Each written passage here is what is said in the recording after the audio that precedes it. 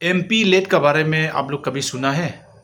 Member of parliament local area development fund बोलते हैं उसको। एमपी लेट कभी सुना है आप लोग ने? या कभी ये एमपी लेट को लेकर आप लोग का कॉन्स्टिट्यूंसी में, आप लोग एरिया में कोई डेवलपमेंट आया है एमपी लेट को लेकर, रिलेटेड टू एमपी फंड को लेकर? अगर नहीं आया आया आप लोग काइंडली कमेंट सेक्शन में आप लोग कमेंट कीजिए, ताकि थोड़ा अवेयर होने के लिए, जानने के लिए कि कौन कौन सा जगह में एमपी ने कितना फंड यूटिलाइज किया अपना एमपी लेट से। अभी सुनो दोस्तों, हर फाइनेंशियल ईयर में एमपी लेट आता है 5 करोड़ ना, 5 करोड़ हर एमपी लेट आता है हर साल फाइनेंशियल ईयर में। ये गवर्नमेंट ऑफ इंडिया का तरफ से देता है वो लोग को। दूसरी बात यह है कि अगर वही फाइनेंशियल ईयर में अगर एमपी लेट ना 5 करोड़ अगर यूटिलाइज नहीं किया, 5 करोड़ का अगर इम्प्लीमेंट नहीं किया, वो सब्सिक्वेंटली वो नेक्स्ट फाइनेंशियल ईयर में वो ऑलरेडी चला जाता है। तो जो भी होकर, जैसे भी होकर, जो साल में जो एमपी लेट जो इशू किया है, वो एमपी लेट का फंड वो यूटिलाइज करना बहुत बहुत ज़रूरी है। नहीं उससे फंड फिर दूसरा ईयर में, सब्सिक्वेंट ईयर में वो ऑलरेडी डाइवर्ट हो जाता है। और ये जो एमपी लेट कैसे आता है आप लोग को बताएगा। पहले बोला ऐसा ये भी एमएलए का ऐसा वही सेम है। एमपी लेट जो है, एमपी फंड जो है, डायरेक्टली हम लोग का एमपीज का हाथ में नहीं होता है, डायरेक्टली किसी वो लोग का हाथ में कैश नहीं होता है।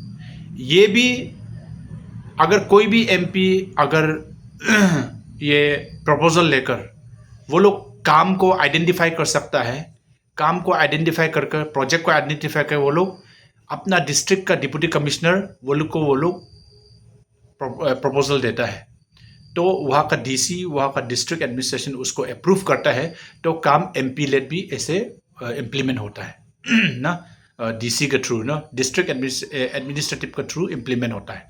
डायरेक्ट कैश में डायरेक्ट फंड एमपी के पास भी नहीं होता है, जैसे दूसरा वीडियो में मैं बताया ऐसा एमएलए के साथ भी डायरेक्ट कैश नहीं होता है ना। प्रपोजल लेकर आएगा, उसको अप्रूव करेगा, तभी इम्प्लीमेंट हो जाता है डीसी ऑफिस के थ्रू से ना, डिप्टी कमिश्नर का अंडर से। ये है। और दूसरी बात ना, एमपी बोलने से भी हम लोग का नॉर्मल लैंग्वेज में हम बोलेगा 3 टाइप का एमपी होता है। बोला जाए तो ना, हम लोग अंडरस्टैंडिंग के लिए बोल रहे हैं हम नॉर्मल भाषा में। एक है लोकसभा एमपी। लोकसभा एमपी में जो इलेक्शन करके जीतता है उसको बोलता है लोकसभा एमपी। तो ये लोकसभा एमपी का जो फंड है, जो 5 करोड़, वो वेरी स्ट्रिक्टली वो अपना ही कॉन्स्टिट्यूंसी में यूज़ करना है। फॉर एग्जांपल हम ये ईस्टर्न अरुणाचल से है हम, तो इस अरुणाचल के एमपी जो है उसका फंड खाली इस अरुणाचल में ये इन्वेस्ट करना है, इम्प्लीमेंट करना है।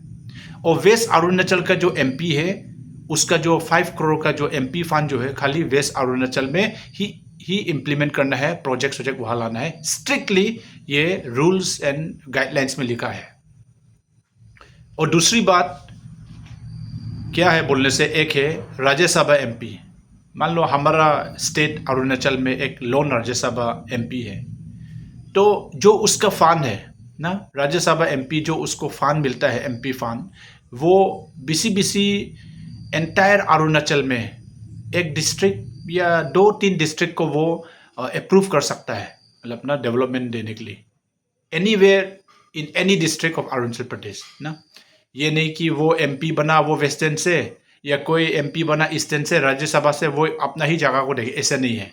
अरुणाचल में राज्यसभा एमपी कहीं भी उसका फंड डाइवर्ट कर सकता है, एक डिस्ट्रिक्ट या 2-3 डिस्ट्रिक्ट विच एवर इज, मतलब अप्रूवल ना, वो ये कर सकता है। एक है नॉमिनेटेड एमपीज। हमारा नॉर्थ ईस्ट में बहुत है नॉमिनेटेड एमपीज। कोई खेल कूद में अच्छा है तो वो लोग को एमपी दे देता है, कोई बहुत चीज़ में एकेडमिक में अच्छा है, मतलब कोई बहुत चीज़ में सरकार जो गवर्नमेंट ऑफ इंडिया नॉमिनेट करना वो लोग का हाथ में है, तो वो लोग नॉमिनेट कर किसी को एमपीस बना देता है। तो जो भी मतलब नॉमिनेटेड एमपीस है, वो लोग का फंड जो है इंडिया में कहीं भी वो लोग प्रोजेक्ट में वो लोग इम्प्लीमेंट कर सकता है। इंडिया में जो भी नॉमिनेटेड एमपीस है वो लोग जो है इंडिया में वो लोग का फंड कहीं भी वो लोग यूटिलाइज कर सकता है। वो लोग का इंडिया में कहीं भी वो लोग कोई भी प्रोजेक्ट को लेकर, कोई भी इश्यूज को लेकर वो लोग का पैसा फंड एमपी लेट जो है वो लोग यूटिलाइज कर सकता है। आप लोग समझ गया अभी? तो ये डिफरेंस है, मतलब ना लोकसभा एमपी का जो फंड कहाँ यूज़ करना है, इसके बाद राज्यसभा का एमपी का फंड कहाँ यूज़ करना है, और नॉमिनेटेड एमपीज का फंड कहाँ यूज़ करना है, क्योंकि ये जानना बहुत ज़रूरी है। As a citizen of this state, as a citizen of this country, हम लोग को जानना बहुत ज़रूरी है कि हम लोग का पब्लिक फंड कहाँ यूज़ कर रहा है।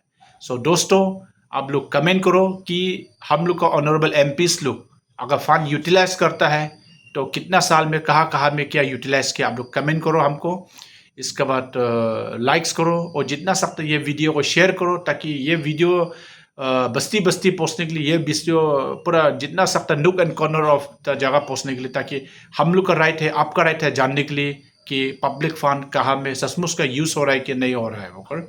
इसका जितना सकता है मेरे पेज को फॉलो करो। इसी तरह हम आप लोग को एक सोशल अवेयरनेस और लीगल को लेकर भी हम आप लोग को एक अवेयरनेस देते रहेगा। Thank you.